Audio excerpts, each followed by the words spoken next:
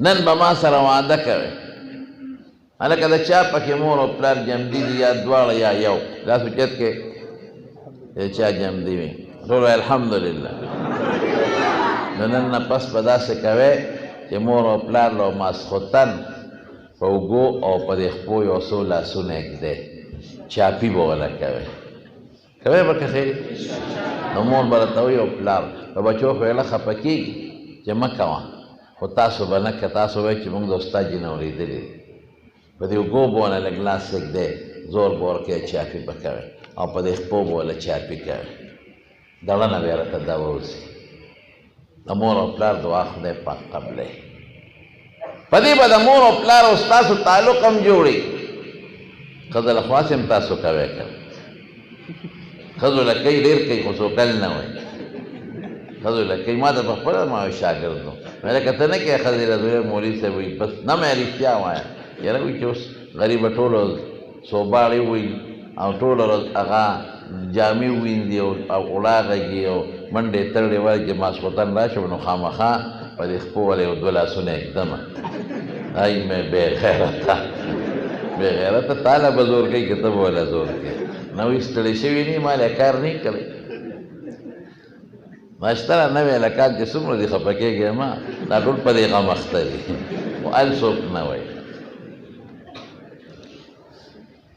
خیر دی ښه خبره ده بده نه ده ولا زور خو مور له پلار له به لازما چاپي کوي په دې خپو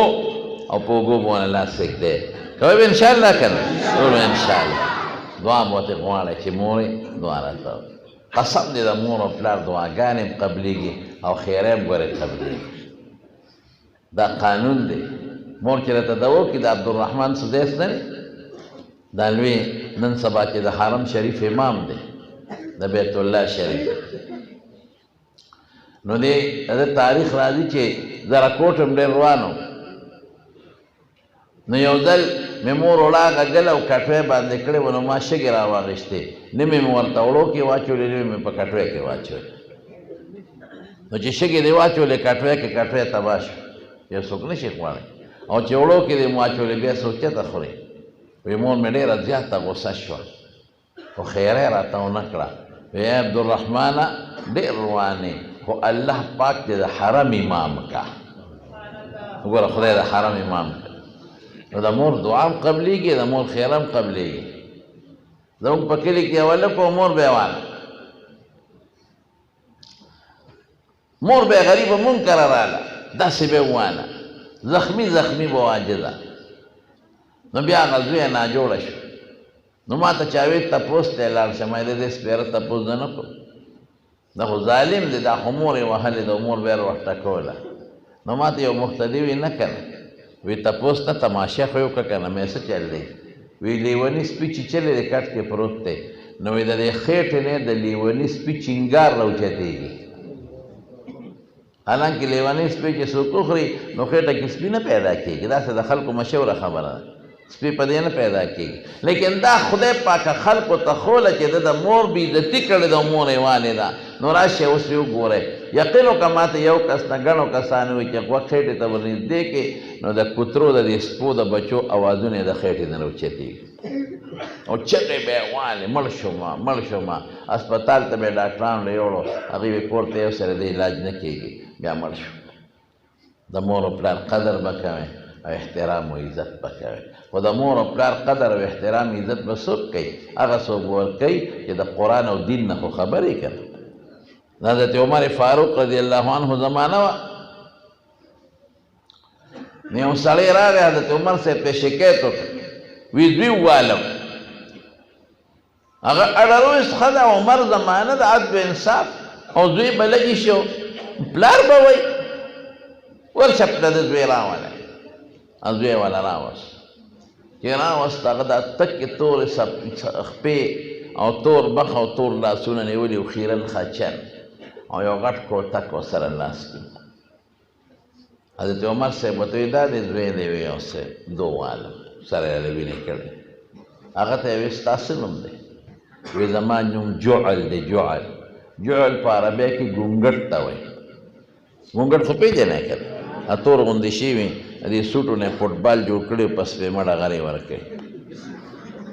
نو هغه پلار ته مخ ور واړو وي دا نوم دله چې ایښی دی وي دا مې دی بابا رانه ایښی دی نو پلار ته مخ ور واړو د خدای نیکبخته تا دې زوی له جعل نوم ایښودی تا سره ښکلي نوم چې تلو جعل ښکلي نوم به ایږدی په نومونو کې خشته نوم حضور پاک فرمایي عبدالله و عبدالرحمن دی یا د صحابو نومونه کې دی یا د پیغمبرانو نومونه کې دی نو تا ایله بیله جعل نو نو هغه سړی ورته وایي وایي دا زما یو وینځه وه زما خوښه وه نو ما پې نکاح وتړله نو دا شی ته پیدا شو نو چې څنګه دی نو هغسې نوم مې وله کېښود عربو به د انسان شکل ته کتل نو هغسې نوم به یې ښوده که یو انسان به ښکلی و نو ابیض نوم به یې کېښود جینۍ به ښکلې وه نو بیضا نوم به یې وله کېښود که یو انسان به لږ تور و نو اسود نوم به یې کېښود ښځه به توره وه نو سودا نوم به یې وله کېښود دا نومونه به هغې ښودل نو ما وله دا نوم کېښود نو حضرت عمر فاروق رضی الله عنه هغه هلک ته ویې لکه دا مخ لاس دې تک تور نیولی دی خیرن خچن ته اودس نه کې وی صاحب اودس څه ته وایي وایي دې خو اودس نه پېژنې وی مونځ وی زه خو مونځ نه پېژنم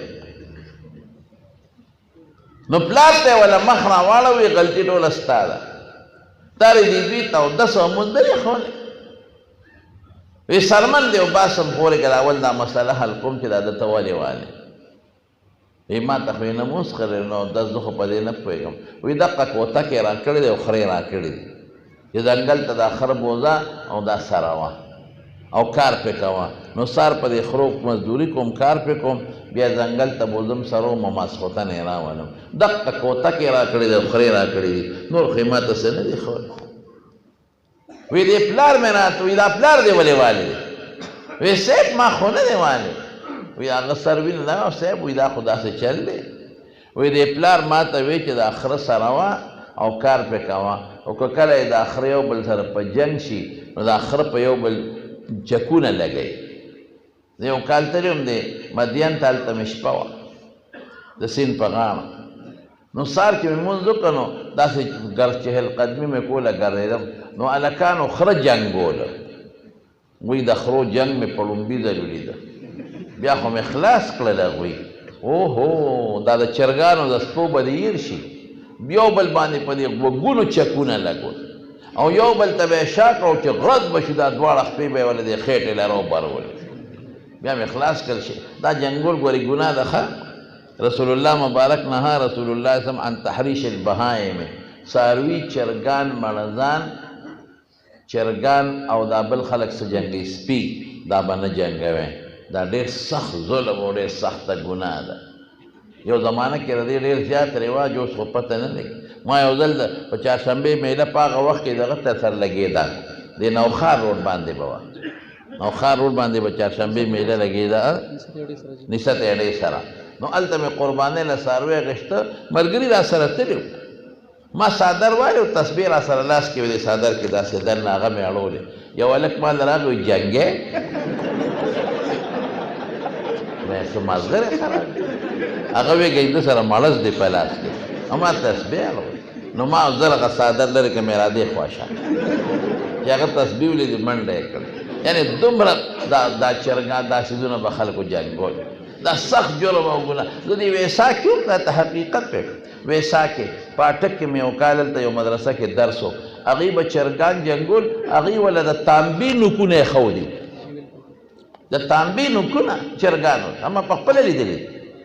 او په لکونه روپۍ به پې اخېستې اوهو بیا دا خو لوی ظلم کوي ظالمانو زیاتې کوي حضور پاک ګوره په حیواناتو هم رحم به کوې په انسان به هم رحم کوې دې نه منع شوې نو دې پلار راته وایي چې دا خره د کله په جګړه شي نو په یو بل چکونه لګوي نو دا کوتک به اوچتی او د منده به یې وله رابری نو دوی به یو بل پرېږدي نو زما خره چې یو بل سره په جګړه شي نو دا کوتک اوچت کړ د منده یې وله راوبرم نو خره یو بل پرېږدي وی نن چې کور ته رالم نو بابا او بیبې مې یو بل سره په جګړه د یو بل ګریوانونه یې نیولي ما بابا پرېږده مور مې ده نه یې پرېښوده مور یې پرېږده پلار مې دی نه یې پرېږدم نو ما هغه چل وکړه کوتک مې اوچت کړ چې د منده برابر وم چې دواړه یو بل پرېږدي خو د بدقسمتۍ نه مې د بابا په مازدیګر ور برابر ما خو په قصد نه دی ما خو خلاصې مې کوم حضرت عمر فاروق رضی الله عنه سوی پلار ته غوسه شو وی غلطۍ ټول ستا دی که تا دا بچې مونږ له راوستې وې مسجد نبوي ته دې صفې ته ما به ورته یو دوه درې ایتونه ښولي وو وقضى ربک الا تعبدوا الا ایاه وبالوالدین احسانا اما یبلغن عندك الکبر احدهما او کلاهما فلا تقل لهما اف ولا تنهرهما وقل لهما قولا كريما واخفض لهما جناح الذل من الرحمه وقل رب ارحمهما كما ربياني صغيرا الله په دې ایتونو کې سوی الله وی زما د حق نه پس دویم نمبر حق په بندګانو کې د مور او د پلار دی مور او پلار سره به ښه سلوک کې خبره به منې قدر به کې عزت به کې او که دا مور او پلار دواړه یا یو کس پکې بوډاګان شو اوف به ورته نه وی اوف به هم نه وی اوږه به ورته ټیټه وړې د الله نه به سوال کوې چې یا الله زما دا مور او پلارو او زه یو وخت ماشوم هم په مې رحم کړی دی خدای ته پرې رحم وکړه نو که دا دې راوړی ما ورته دا آیت ښولی وي نو نن به ستا هم قدر کو د مور به هم قدر کو لیکن تا دوی ته دین نه دی ښولی شریعت او اسلام دی ورته نه دی ښولی نو پته د خر ګمان وکړو په مور یې د خري ګمان وکړه چې خر او خره خلاصو منده بوله کوتک را بری نو تاسو نه هم دې منده کوتک را برولی نو زما وروڼو بنیاد دا دی د دې خلکو ته وایم خو د مونږ څوک مني نه زم دا خلق مهرباني وکړي په دې خپلو بچو حفظ وکړي حافظان یې جوړ کړي علم وکړي عالمان یې جوړ کړي دعوت و تبلیغ سره یې وتړی تبلیغ سره یو ځای کې شامل کې چې دی دیندار شي نو ستا بچې به شي ستا قدر او عزت به کوي د مور قدر او عزت به کوي چې دی بې دینه لوی شو نو د مور څه پېژنې او د پلار څه پېژنې بیا خو پلار ته د میخو مزدور وایي بیا خو که مور والا خدمت کوي نو مور ده او که کله مور غریبه د خدمت نه پرېوته نو بیا د مور پروا نه ساتي که پلار والا ګټه کوي نو بیا باباجي دی بابا دی داجي دی او که پلار والا ګټه نه کوي خدای شته که پروا پې ساتي او چې کم د خدای نه یریږي او قرآن یې ویلی دی او دینداره دی ښه ماحول کې پاتې دی نو هغې کې شاذ و نادر به هغې کې هم دوه درې وي چې هغه به نقصان وي خو اکثریت به د مور او د پلار خیال ساتي او قدر او عزت به کوي نو ما سره خو تاسو وعده وکړه که خیر انشاءالله که نه